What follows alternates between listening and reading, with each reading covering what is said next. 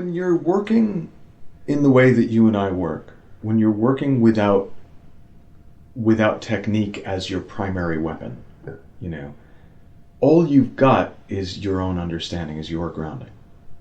So you can't teach what you don't understand. You can try. You can't, George, we keep talking about George. He's been a big inspiration to both of us. He says you don't teach above your pay grade. Yeah. I mean, you can. It just doesn't work as well. And one of the things that I think is so powerful about working in this way is the beauty of it is as you see clearer and your life gets better, you naturally are able to help other people more. So that's when I talk about the kindness of the design. The deeper I see, the more wonderful my life is, the more of an impact I'm able to make in the world, the more money I'm able to make by charging for my services, the more. So it's this beautiful cycle where I win because I have this wonderful experience of being alive most of the time. But even when I don't, I have a deeper understanding of it, so it doesn't hurt in the way that it used to.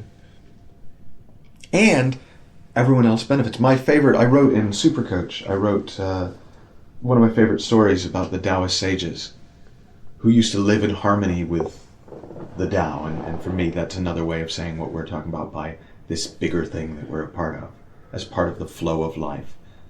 And because they were so in harmony with it, whatever village they would pass through, people would heal, lives would improve.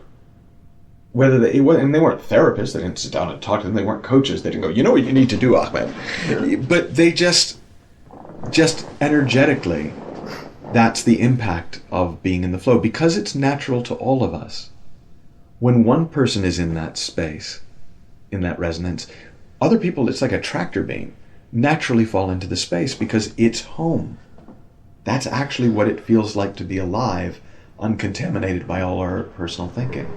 So if you think about the skills of coaching, well, talking, listening, asking questions, they're basic things that we mostly have learned by the age of 5. Now, okay, yes, of course, you can learn distinctions, you can learn to articulate things. There is a skill set, I don't want to pretend there's not, but it's nowhere near as important. I would take a coach with grounding and no skill set over a coach with a great skill set and no grounding 100 times out of 100. And what do you mean by grounding, Michael? Grounding would be seeing something that was actually worth seeing. Seeing something real. Let me put it that way, because otherwise it sounds like a value judgment. Seeing something real, not a prettier lie. For years I was in the pretty lie business. Didn't think of it that way, and I don't. It was the best I had, and it really did help people. But basically, my job was to find the best version of the ketchup bottle. Which lie will make them feel better about this? Which made-up version of reality? Which thought?